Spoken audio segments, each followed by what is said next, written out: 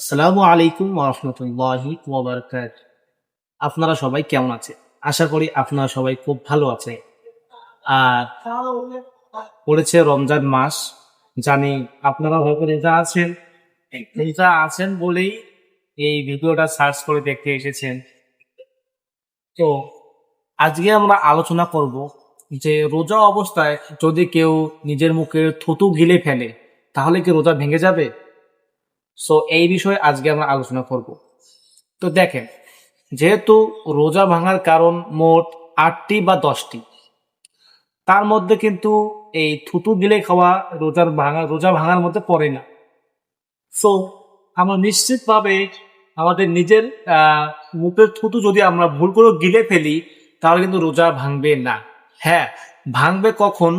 যখন তোমরা তোমাদের মুখে অনেকগুলো থুতু জমিয়ে নিবা, তারপরে গিলে ফেলবা, তখন রোজা ভাঙার সম্ভাবনা থাকে।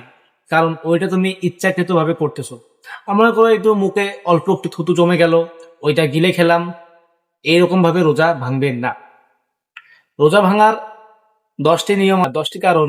১ নম্বর হচ্ছে ইচ্ছাকৃতভাবে কিছু পান করা, তারপর ইচ্ছাকৃতভাবে বমি করা, তারপর ইচ্ছাকৃতভাবে বীর্যপাত করা, তারপর স্বামী স্ত্রী মিলন করা, আরো আরো অনেক কটা আছে।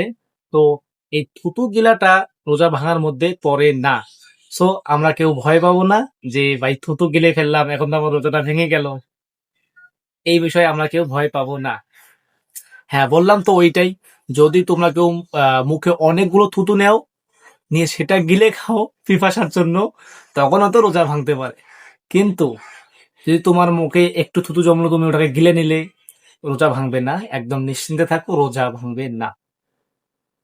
তাহলে যদি আপনাদের এই ভিডিওটা ভালো লেগে থাকে তাহলে অবশ্যই ভিডিওটাতে লাইক করবেন, একটা কমেন্ট করে জানাবেন আপনারা কে কে প্রথম থেকে শেষ পর্যন্ত রোজা রাখবেন। আর এই যে দেখতে পাচ্ছেন আমার একটা মাইক, আমি কি বলবো, আমার মাইক কেনারও টাকা নেই আমার কাছে। সো আপনারা সবাই আমাকে বেশি বেশি করে সাপোর্ট করবেন, আমিও আপনাদেরকে এইভাবে হেল্প করব যাতে আমি আরো এগিয়ে যেতে পারি, আমি আরো সাকসেস পেতে পারি। আমি যদি আপনাদেরকে হেল্প করতে পারি, আপনারাও যদি আমাকে হেল্প করতে পারেন। সো এই আশায় আমি আপনাদের কাছে প্রতিনিয়ত ভিডিও আনবো, বা ইসলামের বিষয়ে গুরুত্বপূর্ণ ভিডিও আনবো, দিনী আলোচনার গুরুত্বপূর্ণ ভিডিও আনবো। সো আপনারা সবাই ভালো থাকবেন। আসসালামু আলাইকুম ওয়া রাহমাতুল্লাহি ওয়া বারাকাতুহু।